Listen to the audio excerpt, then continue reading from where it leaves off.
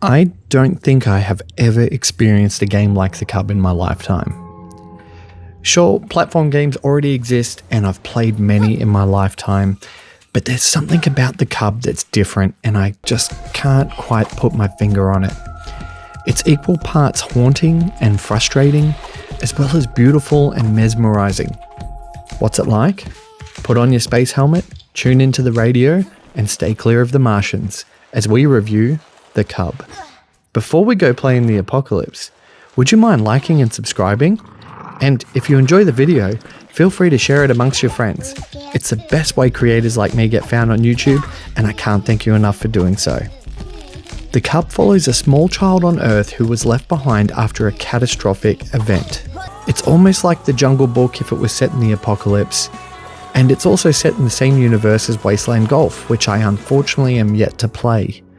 It's a tribute to the 90s platforming era of The Lion King or Aladdin, and the difficulty matches it too. Throughout your journey, you will explore the ruins of Earth, parkour your way out of tricky situations, and be relentlessly hunted by the Martians, who are simply humans just coming back to survey Earth. It's a story that's narrated by the Cub, and the game manages to say so much by saying so little. You'll experience the apocalyptic world through the Cub, and its horrors are explained with the innocence and disconnect of a small child. The art style looks almost hand-drawn and perfectly encapsulates the dystopian wasteland the Cub lives in. The setting shows a desperate struggle to escape the planet, only for the poor to succumb to the hostile environment due to their social status. The Cub himself is full of personality and childlike wonder, and it's really unnerving to see the piles of skeletons as you playfully jump over the car wreckages or hug a teddy bear found on the floor. The Cub dances, taunts the Martians, and exhibits childlike curiosity with the world around him. There's a lot of variety in the environments, but not so much with the enemies, but it does all make sense from a lore perspective, I suppose. Gameplay sees you timing your jumps and movements around the apocalyptic playground while evading capture from the Martians, who want to try and study you due to your natural immunity to Earth's now hostile environment. It's extremely challenging, and in parts, frustratingly so. Gamers who are after a relaxed experience need not apply, as your patience and skill will be tested and then further pushed to breaking point. There were times when I had to walk away for a moment due to the challenging gameplay. And the one particular area I struggled with in the early game was when the gameplay mimics the Donkey Kong minecart levels.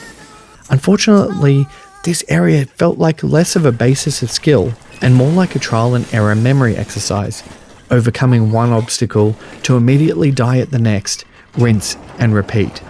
This section almost completely destroyed my immersion and goodwill in the game that the opening had expertly crafted, and thankfully I overcome that frustration to push on, but I wouldn't be surprised if other gamers didn't. There's a lot to discover and collect during your time with the Cub, finding news articles and various other collectibles as you navigate the wreckage of the urban jungle. Most of these can be found naturally as you progress through the story, rarely forcing you to go off the beaten track, and I think that's a good thing because it further assists in the world building and storytelling. Your journey won't be a long one, with the Cub taking roughly 4 hours to complete, probably even 3 hours if you didn't die 200 times on the minecarts like I did. The story wrapped up in a way I didn't see coming, and I think that twist will stay with me for a while. Composers Shane Berry and Igor Simic expertly manipulate your emotions with one of the most unique and engaging soundtracks I have ever heard. The score assists as a narrative device, with a DJ painting a picture of a dystopian life on Mars and how humans didn't really flee for greener pastures, merely survival. The soundtrack is an eclectic mix of hard-hitting electro-pop to deep bass funk rock hybrid that somehow manages to fuse with the gameplay to further enhance the story. The music is sometimes haunting, with The Son of No One running chills down your spine as it establishes your desolation in the wasteland. But then it almost immediately flips it to a playful and catchy track called Azza Go Distant. Further exposition in the narrative is told as interviews of what Martians miss about Earth, lamenting about the days of riding on a motorcycle cross country with the wind in their hair. The sound production on the Cub is out of this world, if you'll excuse the pun. I won't ever play this game again, and I know it won't make sense to say that's not a bad thing. It's a short experience, it's challenging, sometimes frustrating, and genuinely haunting. To me, I want to leave it as that experience that will sit with me for a while. The Cub expertly uses its score to invoke all the right emotions, and the art style builds a believable and desolate world, as well as providing some tight platforming gameplay. The Cub is a great game that's here for a good time, just not a long one. So, what's it like? The Cub is like a mix between the Jungle Book and the Sega Mega Drive game Aladdin. I award it a 74 out of 100. In the interest of full disclosure, a review copy was provided, but this doesn't impact my final score.